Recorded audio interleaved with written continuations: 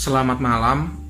Pada malam hari ini kita akan membahas beberapa istilah yang sebenarnya sempat booming pada saat Khodam pertama kali ramai di dunia Kaskus, ya, yaitu yang disebut dengan bonding, ya.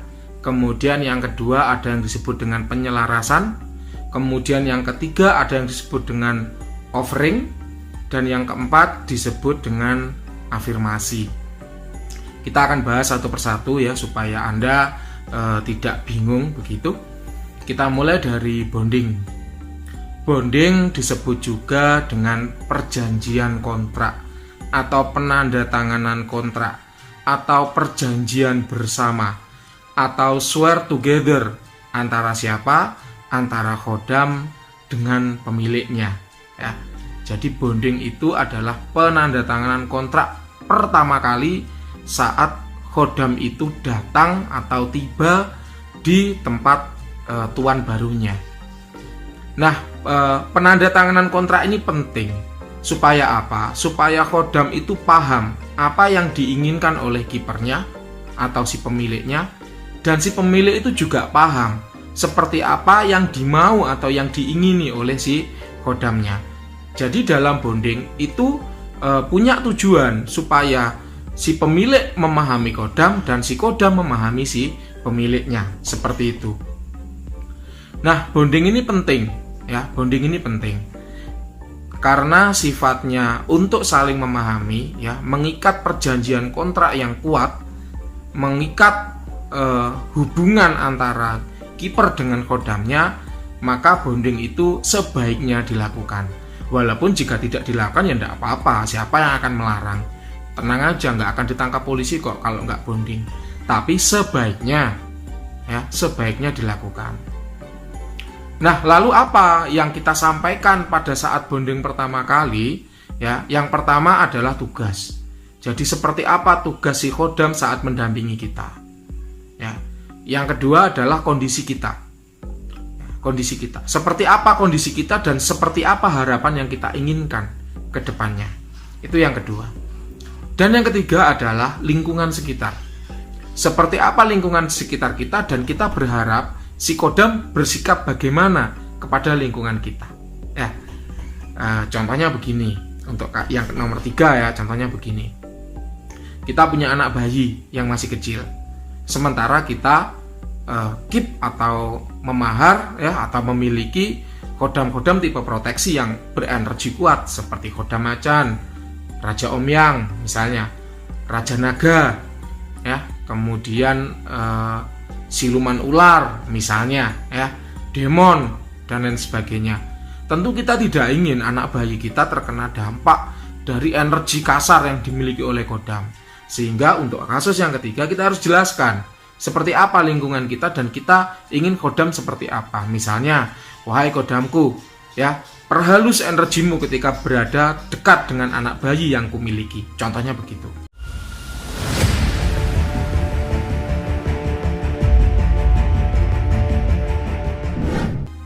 Nah, supaya apa? Supaya tidak ada bentrokan energi sehingga anak kecil yang kita miliki tidak kaget begitu.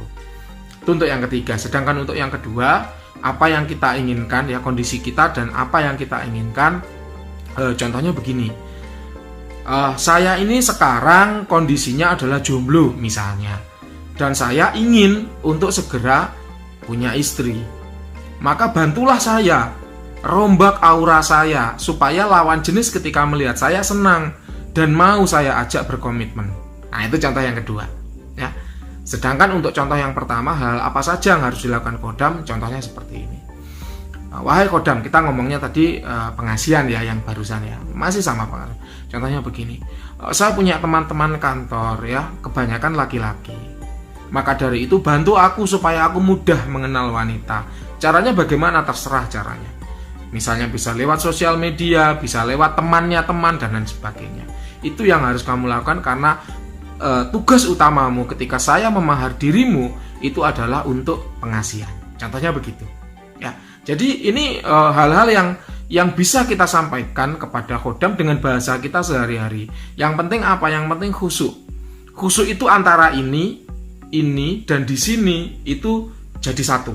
Jadi kalau di sini ingin pengasihan, di hati juga ingin pengasihan, dan di mulut disampaikan juga pengasihan.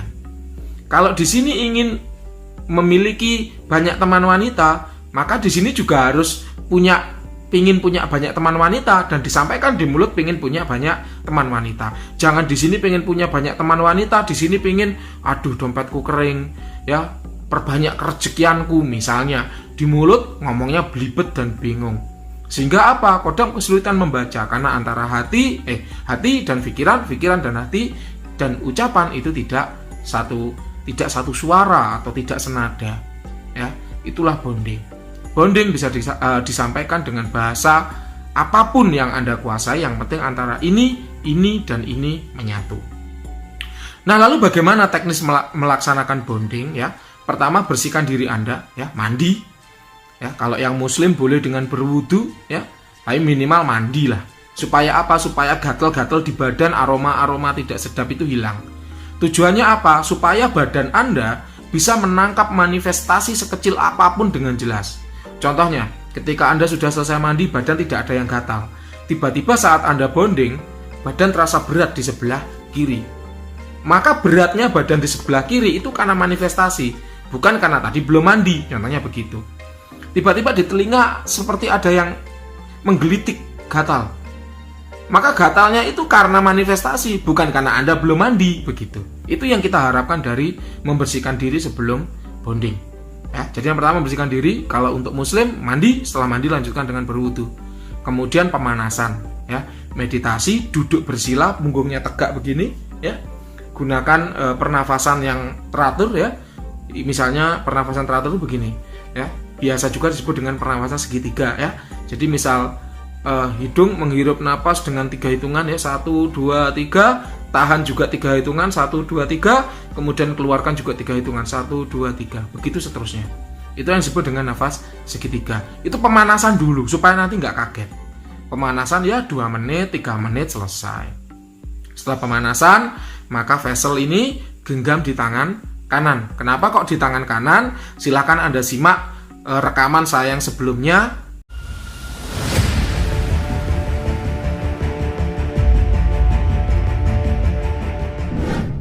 Bahwa tangan kanan ini adalah receiver energi yang paling peka. Ya, jadi ini genggam di tangan kanan, kemudian relax, duduknya relax, santai, fokus, ya, tenang. Lakukan pernafasan segitiga dan mulai bonding. Ya, meditasi dengan khusyuk, dengan tenang, santai, relax. Setelah rileks, kemudian panggil kodamnya untuk hadir. Setelah panggil kodamnya untuk hadir, kemudian ajak komunikasi untuk bonding. Contohnya begini. Saya sudah mandi, sudah wudu, sudah pemanasan dulu tadi ya, meditasi 2 menit. Kemudian vessel saya genggam di tangan kanan. Setelah itu saya duduk bersila, meditasi. Kemudian saya mengheningkan diri. Setelah mengheningkan diri, kemudian saya panggil kodamnya. Wahai kodamku yang bernama, siapa namanya sebutkan. Hadirlah, penuhi panggilanku. Hadir, hadir, hadir. Kemudian tenang. Saat tenang ini rasakan kehadiran dia. Tanda-tanda kehadiran kodam itu disebut sebagai manifestasi. Manifestasi itu bisa ditangkap oleh panca indera kita. Melalui penglihatan, tiba-tiba kita melihat ada sekelebat bayangan, tiba-tiba kita melihat ada benda yang bergerak, ya. Melalui penciuman, tiba-tiba kita mencium bau harum, tiba-tiba kita mencium bau minyak, tiba-tiba kita mencium bau-bauan yang tidak ada sumbernya. Telinga, tiba-tiba kita mendengar ada suara panggilan, tiba-tiba kita mendengar ada yang mendesis, kita mendengar ada benda jatuh, kita mendengar ada suara-suara yang tidak jelas asalnya. Lidah, pengecap.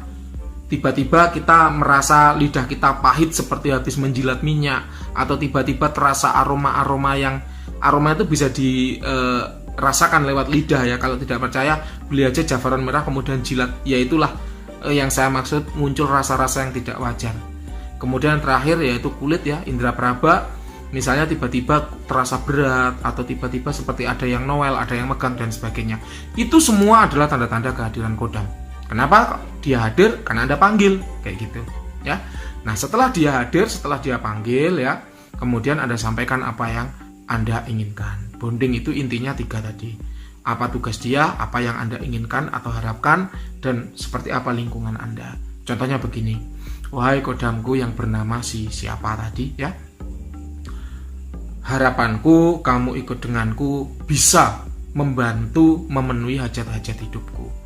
Aku tidak menjanjikan apapun padamu karena dirimu memang disandingkan padaku dengan tanpa imbalan apapun.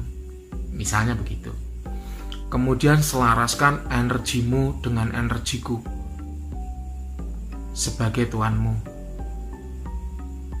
Baca pikiranku, baca hatiku, baca keinginanku, dan bantu aku untuk memenuhi hajat hidupku dengan kemampuanmu. Terjadilah secara utuh dan sempurna karena Tuhan dan Ibu Bumi. Sudah, seperti itu aja. Itu bonding. Kemudian lanjutkan meditasi selama 30 menit. Seperti itu saja. Simple, mudah. Yang penting ketika Anda menyampaikan apa yang menjadi keinginan Anda, itu antara ini, dan ini menyatu. Atau kalau orang Islam katakan sebagai khusyuk. Meditasi bagaimana caranya? Apa? Harus di tempat gelap? Enggak juga. Di tempat terang boleh. Ya. Kalau Anda takut gelap, gimana? Kan tadi sudah saya sampaikan bahwa meditasi itu syaratnya adalah rileks, khusyuk, ya, dan dalam waktu yang lama.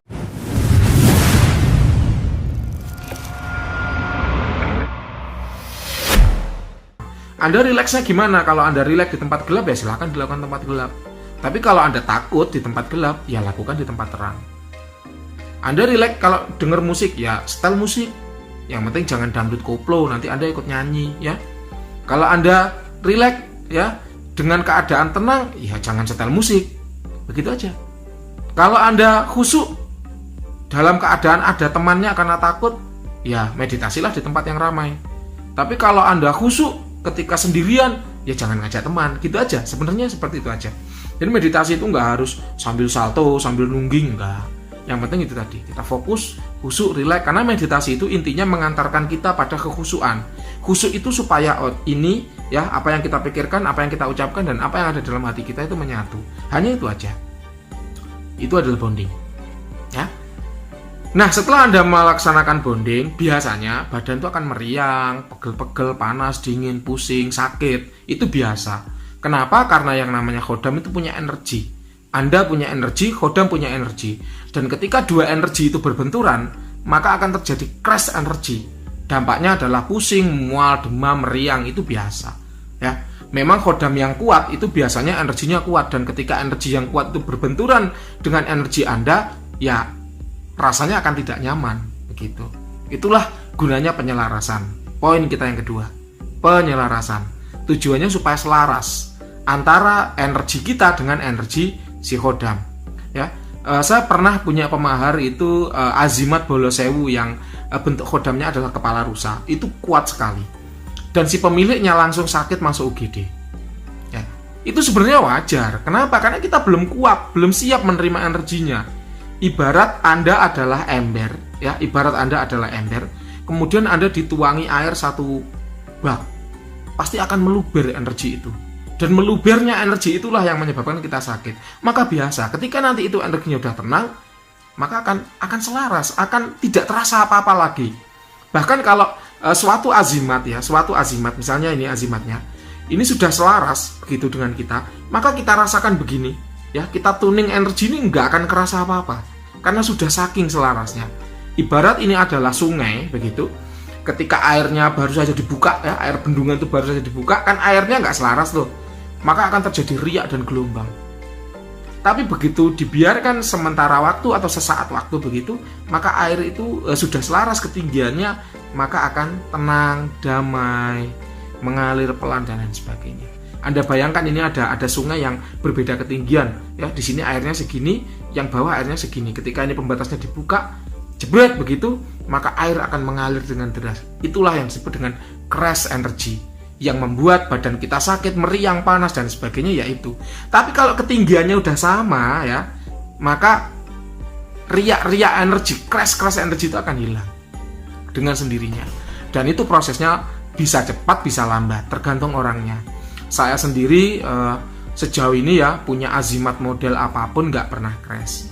Kenapa? Karena basic saya itu adalah pengguna energi. Olah energi saya itu udah bagus ketika saya berkenalan dengan dunia kodam. Sehingga ketika pertama kali dapat kodam, saya nggak ada crash apapun. Karena saya sudah biasa mengolah energi. Ibarat wadah saya itu udah tandon 1000 liter. Jadi baik diisi air seberapapun tenang aja begitu. Tapi bagi Anda yang wadahnya masih ember ya, apalagi ember kecil begitu, ketika diisi dengan energi yang besar ya pasti akan oleng. Dan itu wajar, nggak masalah.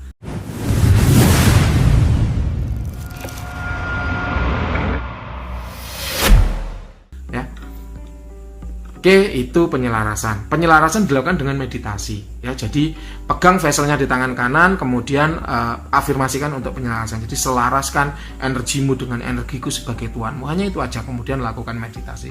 Semakin sering kita meditasi, maka akan semakin selaras energi kita dengan energi kodam. Itu yang kedua, ya, tentang penyelarasan.